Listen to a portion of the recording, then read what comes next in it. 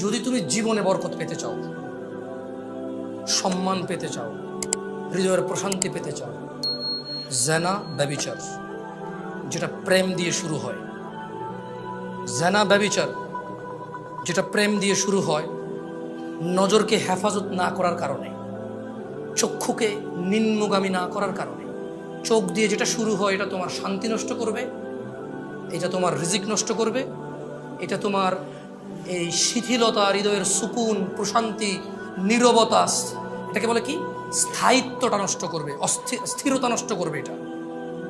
ছোট ভাই, তোমার প্রতি আমার নসিহত, তুমি কে নীল পড়ছে, লাল পড়ছে, কে ছোট পড়ছে, কে বড় পড়ছে, তুমি এগুলা মেজারমেন্ট করার দরকার নাই।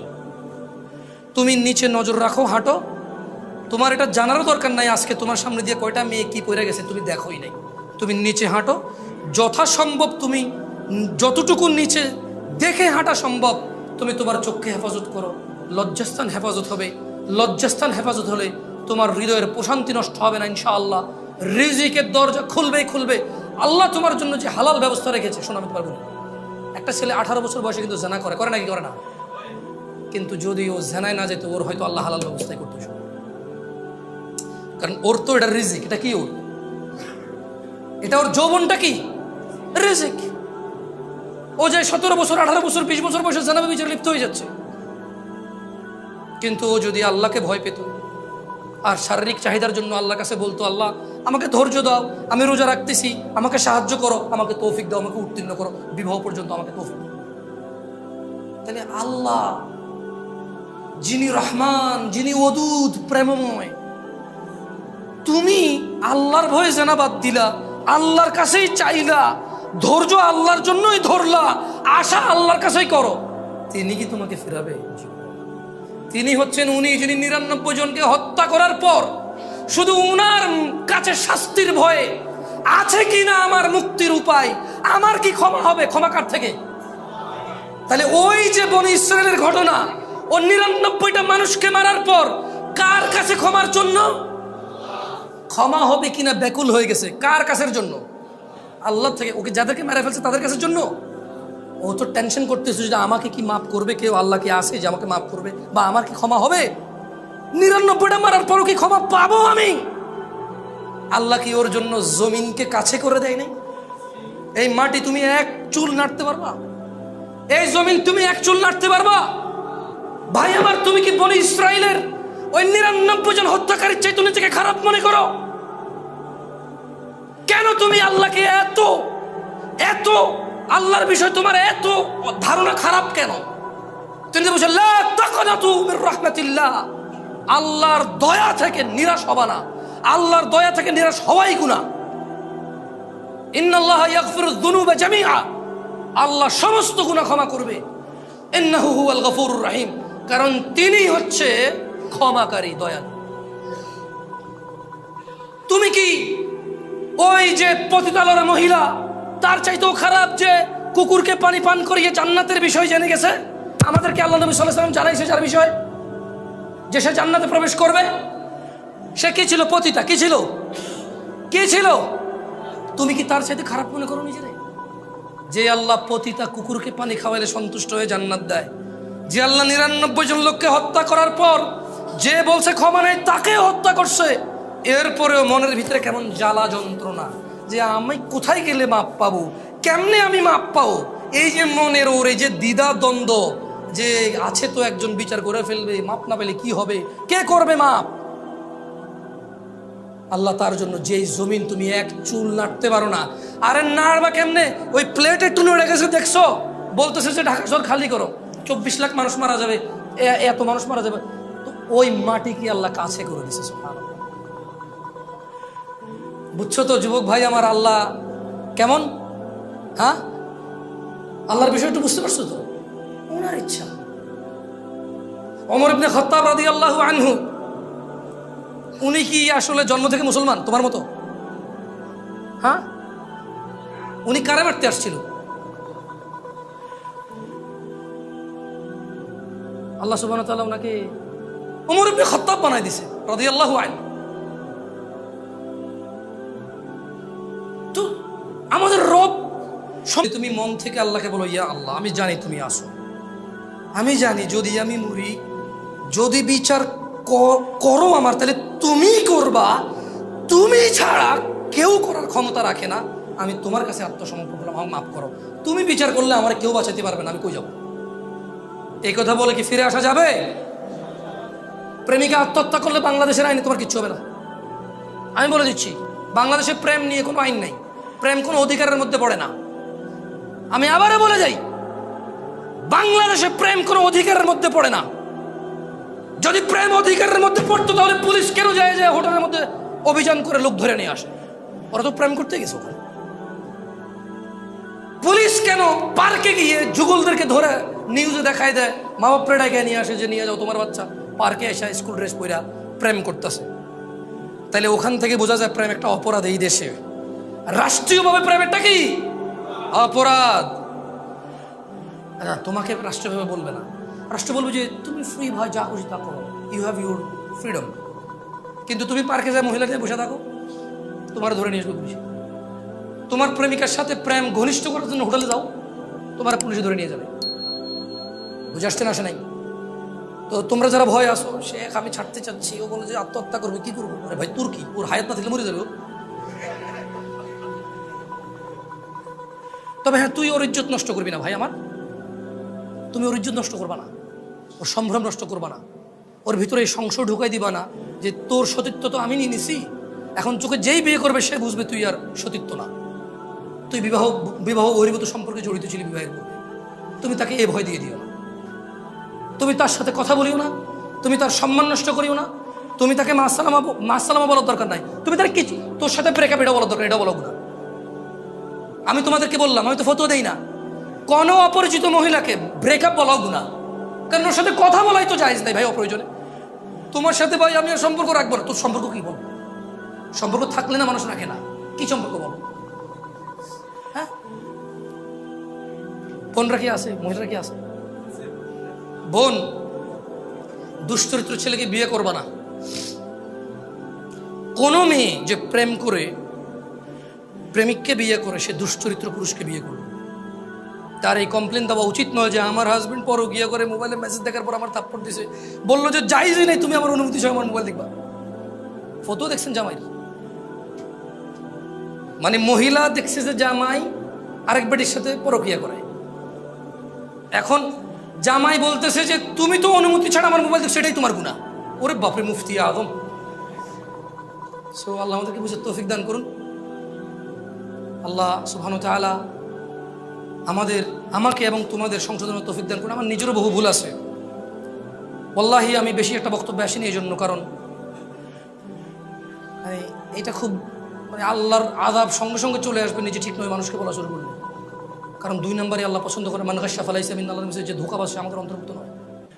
দেখেন না আজকাল বহু হুজুর লাঞ্ছিত অপমানিত হচ্ছে, তা আমি ভয় করি এইসব মাইকে এসে কথা বলতে, যে জামশেদ মজুমদারগিরি বাইরে যাব, নিজে ঠিক না হয়ে এখানে আইসা যুবক ভালো হয়ে যাও যুবক, এরপরে নিজে আরেক বেটার বউ নিয়ে ভেঙে যাবে। আমাকে বলছে যুবককে নসিহত করতে, তো যুবক হচ্ছে তো ও যে তার মা পেটের নিচে তাকেই চেনে না। আল্লাহকে তো দেখা যায় না, আল্লাহকে কি দেখা যায়? কিন্তু মাকে তো দেখা যায়। যুবক হচ্ছে ও যে তার বউয়ের কষ্টে কাজা দেয়, আরে তোর ভাবি জানিস একটা যেমন চাইছি আল্লাহ তেমন দিছে, জানি না কি ভালো কাজ করছি, বেটা যখন বাচ্চা ছিল কি যে কষ্ট, তারপর আমার কষ্ট দেয় নাই। আহারে কষ্ট যদি দেখতি, কিন্তু সে নিজে তার মায়ের পেটে ছিল, তার মা আরো বেশি কষ্ট পাইছে কারণ অভাবের দিন ছিল। আরে রাজা মহারাজারা কষ্ট পাইছে আগে, এখন তো ফকিরও পায় না। ঢাকা শহরে নাকি ভিক্ষা করে মানুষ 3 তলা বাড়ি করে, কিন্তু একটা সময় তো রানীরাও কষ্ট পাইছে, কারণ রাজারা মন মতো যেভাবে খুশি সেভাবে দাস দাসী রক্ষী টক্ষী রাখতো, তো বৌরা তো এগুলো মানে নিতে পারতো না। আগের যুগে রানীরও তত সুখ ছিল না, ওর বউয়ের যত সুখ এখন মাশাআল্লাহ। তারপরেও তো 42 ইঞ্চি সিনেমার টিভি না হলে ওর চলে না, বক্স খাট না হলে ওর চলে না, অমুক ব্র্যান্ডের সোফা না হলে চলে না, সিরামিক লাগবে, এসি লাগবে, ফ্যান লাগবে, কাজের মহিলা লাগবে, তরকারি কুটলে এখানে নাকি দাগ পড়ে যায় বেচারার বউয়ের। তারপরে আবার মা এই বাসায় থাকতে হবে কেন? তোমার মা ওই বাসায় থাকে, তোমার ভাইয়ের ছেলেকে তোমার বাপ স্কুলে দিয়ে আসে, তোমার মা ছোটটারে কোলে রাখে। আমাদের এখানে থাকলে তো আমাদেরগুলো একটু রাখতে পারে। তাহলে মা লাগবে কেন? বাচ্চা কোলে নেওয়ার জন্য। বাপ লাগবে কেন? বাচ্চা মাদ্রাসায় দিয়ে আসার জন্য। তো এই যুবকরা আমি কি বলবো? আমাকে বলেন আপনারা যুবককে নসিহত করতে। ও আল্লাহ সম্পর্কে ওকে কি বলবো? ওর মা ওকে পেটে নিছে, অভাবের সংসার ছিল, ও নিজে দেখছে, ও নিজে দেখছে। এটা মেহমান না আসলে গুস্ত খাইতে পারতো না, তো না পারলে কি ওর মা খাইতে পারছে? ও নিজে দেখছে অভাব, ও দেখছে ওর মা ওর বাপের মায়ের চোটে এই ঘর ফালাইয়া 2 ঘর দৌড়ায় যায়, আরেক ঘরে যায় ঢুকছে, ওর বাপ ওখান থেকে দৌড়া নিয়ে আসা ওর মায়ের আবার মারছে। ও দেখছে এই কষ্ট, ও এই কষ্ট দেখছে ওর মায়ের, ওর মাকে দেখছে, ওর মায়ের নির্যাতন দেখছে। ওর মা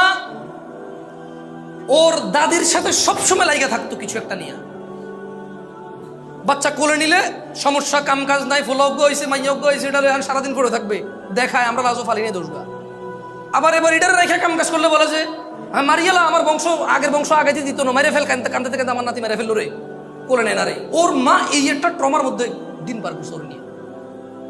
এক কোমরে ওরে রাখছে, আরেক কোমরে ধান নিছে, এক কোমরে ওরে রাখছে, আরেক কোমরে চুলার মধ্যে আগুন দিছে। ও তো দেখে বড় হয়েছে, ও তো সেই কুলাঙ্গার, ও তো ওই অপদার্থ, ওই জালেম যে তার মায়ের চিকিৎসায় বড় ভাইয়ের সাথে ভাগ করে। তার গরিব ভাই, ভাইয়ের 2টা ছেলে, ছেলে মেয়ে নিয়ে দিন কষ্টে পার করে। সে ঢাকা শহরে নিজের ফ্ল্যাটে থাকে, ঢাকা শহরে নিজের বাড়ি আছে, সে চিকিৎসায় মায়ের সাথে ভাগ করে ভাইয়ের। তা কোন ভাই গরিব ভাইটার সাথে ভাগ করে?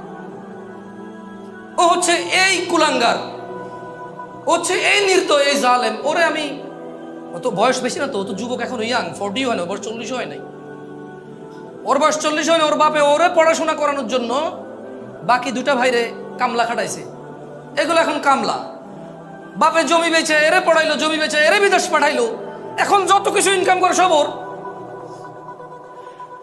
আবার ঘর ভিটা ওর বাপের 60 ডিসিমেল, 5 কাঠা, এইখানে 4 ভাইয়ের ভাগের মধ্যে ও 1 ভাগে রেখে দিছে। বরং চাইতেছে যে ভাইদেরকে টাকা দিয়ে ওটা পুরোটা নিয়ে নেবে, সে ডুপ্লেক্স বাড়ি করবে সে ওখানে। মাঝে মধ্যে যায় তো শীতকালে একটু গরমে ছুটিতে টুটিতে যায় 2-1 দিনের জন্য। একটা ডুপ্লেক্স বাড়ি না হলে হয়? বংশমর্যাদা টিকে নাকি? তা আমি ভাই যুবক তোমাদের কি বলবো ভাই বলো? আল্লাহকে তো দেখাইতে পারতেছি না তোমাকে। হ্যাঁ,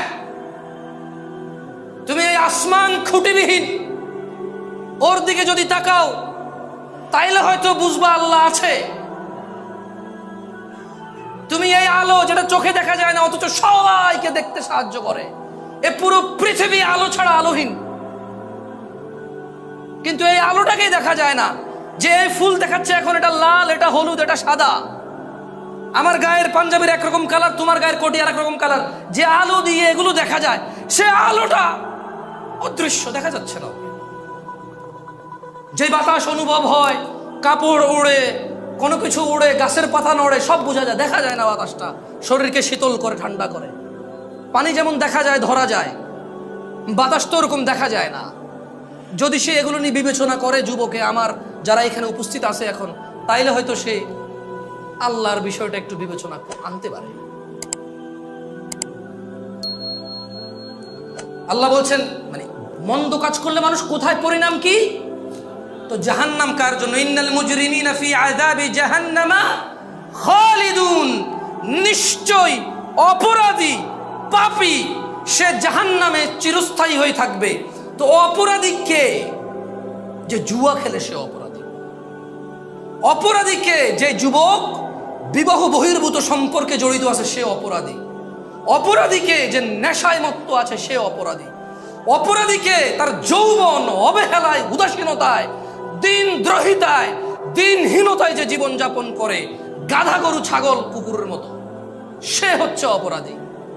অপরাধীকে যে তার বাবার কষ্ট বোঝে না, অপরাধীকে যে তার মায়ের কষ্ট বোঝে না, অপরাধীকে যে তার স্ত্রীর কষ্ট বোঝে না, অপরাধীকে যে তার বোনকে পার করে দিয়েছে, যে তার বোনকে সম্পদ থেকে বঞ্চিত করে, যে তার বোনকে নিজের আপন মনে করে না, যে তার বোনের কষ্ট নিজের কষ্ট মনে করে না, যে তার ভাগিনাকে পর মনে করে, শালাকে আপন মনে করে।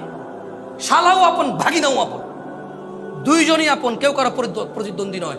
একটা আত্মীয়, একটা পরম আত্মীয়। সে অপরাধী, সেই পাপী যে ফজরে ঘুমিয়ে থাকে, যে জোহরে আড্ডায় থাকে, যে আসরে ক্লান্ত থেকে বিশ্রাম করে নামাজে না গিয়ে, যে মাগরিবে চায়ের জন্য ওঠে, নামাজের জন্য ওঠে না, যে এশায় টেলিভিশন আড্ডাবাজিতে ব্যস্ত থাকে, সে লোকটা হচ্ছে অপরাধী। যে বলে আমি জেনারেল, উনি আলেম, আমি বুঝি না ইসলাম, ওই লোকটার চাইতে বড় অপরাধী আমি। ফতোয়া দিছি, শুনছেন আপনারা কখনো? আমি কখনো ফতোয়া দিছি? ফতোয়া মানে কি? মন্তব্য করা, কোনো কিছুকে হারাম আলাম বলা, জায়েজ বলা, না জায়েজ বলা। মানে আমি বলছি তুই কাজটা ঠিক করছ না, এটা হারাম, এটা হলো ফতোয়া। এটা হলো কি? তাহলে চায়ের দোকানে মুফতি পাওয়া যায় কি না? ফতোয়া কে দেয়? মুফতি। ফতোয়া কে দেয়? চায়ের দোকানে, বাস স্ট্যান্ডে, ঘরের নিচে বন্ধু বন্ধু মিলা ইসলাম নিয়ে ফতোয়া দেওয়ার লোক আছে না নাই? মন্তব্যই হচ্ছে ফতোয়া। তো কি মন্তব্য? আপনি একটা বিষয়ের উপরে মন্তব্য করলেন, দিস ইজ হোয়াট কল ফতোয়া। তো আমি কি মন্তব্য করি আপনারা শুনছেন কখনো? বাট আমার নজরে এই দেশে আসছি 2014 সালে। আমি বহু মানুষ পাইছি যারা উপন্যাস পড়ে বৈশা বৈশা, কোরআন সুন্নাহ পড়ে না। এরপরে যে লাইগা গেলে ওরে কিছু না করলে, ওর একটা বুঝ আছে দুনিয়া আখিরাত নিয়ে, সায়েন্স মাইন্স নিয়ে কিছু একটা বোঝেও, আইসা বলবো যে আমরা জেনারেল, আমরা বুঝি না, ওরা আলেম। এর চাইতে পথভ্রষ্ট লোক আমি আমার চোখে দেখি নাই, যে নিজেকে জেনারেল বলে সেপারেট করে ফেলে, আর কোরআন সুন্নাহ যারা জানে তাদেরকে আলেম বলে একটা গ্রেডিং করে ফেলছে। কি করে ফেলছে? আমরা জেনারেল, ধর্ম কি আমরা বুঝি, এক হুজুরে একটা কহেন, কোনটা হুনবু ধর ভাই, তারা তাদের মতো, আমি আমার মতো। আরে তো ওরে কি আলেম হওয়া নিষেধ নাকি? ওর আলেম হওয়া নিষেধ? ওর ইসলাম পড়া নিষেধ? তোমাদের ইসলাম পড়া নিষেধ? সত্য করে বলো। এই কেউ ভিডিও তো অধিক হচ্ছে না? ভিডিও তো অধিক হচ্ছে না, ঠিক আছে। কারা কারা দেখে সুন্দর করে মানে কনফিডেন্ট আছে যে আমার পড়া শুদ্ধ, আমি চাইলে এখানে মাইকে এসে পড়তে পারবো, আমার পড়া শুদ্ধ? হাত তোলেন তো। কোরআন দেখে পড়তে পারেন শুদ্ধভাবে? হাত তোলেন। মাশাআল্লাহ, না মানছে, হয়েছে। তো বাকিদেরকে নিষেধ। জীবনে কোথাও শুনছেন কোম্পানির মালিক আর পিয়নের বেতন এক হয়? মানে মালিক যা পাইছে পিয়ন তাই পাইছে, এরকম হয়? কখনো শুনছেন? কখনো শুনছেন ডিএজির বেতন আর হাবেলদারের বেতন এক হয়? কখনো শুনছেন কোম্পানির ঊর্ধ্বতন ম্যানেজার আর হলো যে এই যে চা নিয়ে আসে বা ক্লিনার, তার বেতন এক হয়? যদি এক হয়, কেউ কি ওই কোম্পানির ক্লিনার হওয়াটাকে সৌভাগ্যবান মনে করবে না? করবে কি না? ধরেন আপনি মাস্টার ডিগ্রি পাস, এক জায়গায় বলছে ভাই ম্যানেজার হও, বেতন 40,000। আরে বলতেছে যে আমার কোম্পানিতে চলে আয় ভাই, আমি কোম্পানির সিইও, মাসে 5 লাখ টাকা বেতন নেই, তুই চাটা এনে দিবি, তোরও 5 লাখ দিব ভাই, আমরা মানে এক জায়গায় থেকে 2 রকম বেতন নিব না ভাই। তো এই মাস্টার ডিগ্রি পাস লোক কি 40,000 বেতনে যায় ম্যানেজার হবে, নাকি 5 লাখ টাকা বেতনে যায় পিয়ন হবে? কি হবে? তো খায়রুকুম মান তাআল্লামাল কুরআন ওয়া আল্লামা। তোমাদের মধ্যে তোমাদের মধ্যে ওই ব্যক্তি উত্তম, কম বেশি বলে না কিন্তু, বলছে তোমাদের মধ্যে ওই ব্যক্তি উত্তম যে শেখে এবং যে শিখায়। আরে ওয়াল্লাহি হাদিসে কোনো পার্থক্য করে নাই। হ্যাঁ, ভিন্ন ভিন্ন মর্যাদা আছে।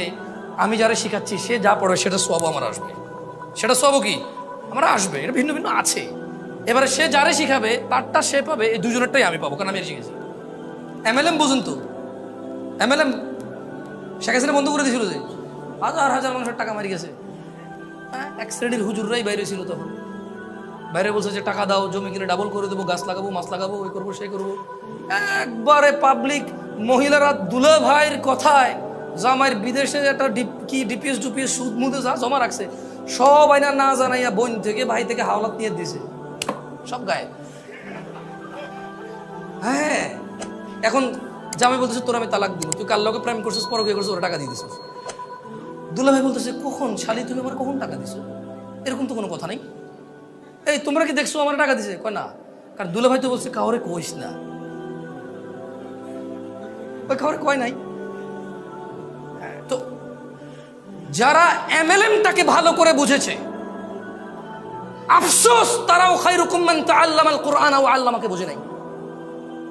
অথচ ওইটা ছিল ফেক, এটা হচ্ছে রিয়েল। ওইটা অসত্য, এটা সত্য। এটা কেমন সত্য? এটা চিরন্তন সত্য, যে আমি যারা শিখাবো, সে যারা শিখাবে, সে যারা শিখাবে আমার পর্যন্ত এসে পৌঁছাবে। তাইলে যারা আপনারা কোরআন দেখে পড়তে পারেন না, আপনাদের জন্য কি নিষেধ ছিল কোরআন পড়া? এখনো কি নিষেধ? নাকি জেনারেল আর আলেম? আপনি জেনারেল না, আল্লাহ যদি কিয়ামতে বলে মান রাব্বুক, বলবো যে ইয়া আল্লাহ আনা জেনারেল, ইয়া আল্লাহ আন্নি জেনারেল। লা হাওলা ওয়ালা কুওয়াতা ইল্লা বিল্লাহ। মাশাআল্লাহ আলাইকুম আনতুম